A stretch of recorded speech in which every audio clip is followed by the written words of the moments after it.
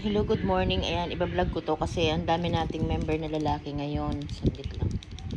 Ayan, ito yung tasking ng lalaki. Bala, ang lalaki naman ay 30 minutes na uupo sa PL. Tapos, collect treasure box na ganyan. Wait mo lang hanggang sa mag nakalagay dyan ay receive reward. Saka mo siya kukunin yung treasure box.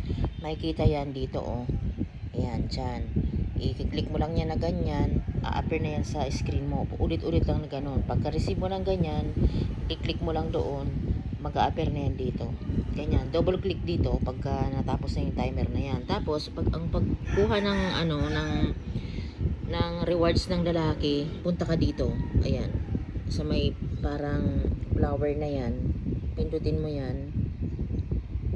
Tapos, punta ka dito sa rewards.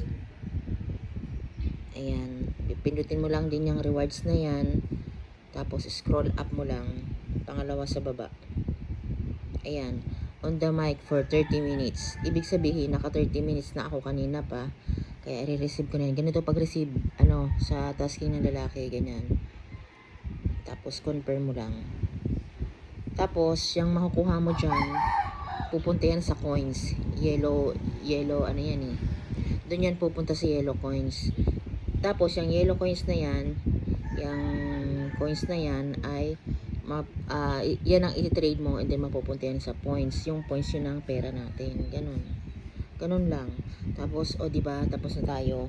Wala na siyang treasure box. Ibig sabihin, kapag wala ng treasure box, tapos na yung lalaki, yung tasking ng lalaki. Di i-exit mo na.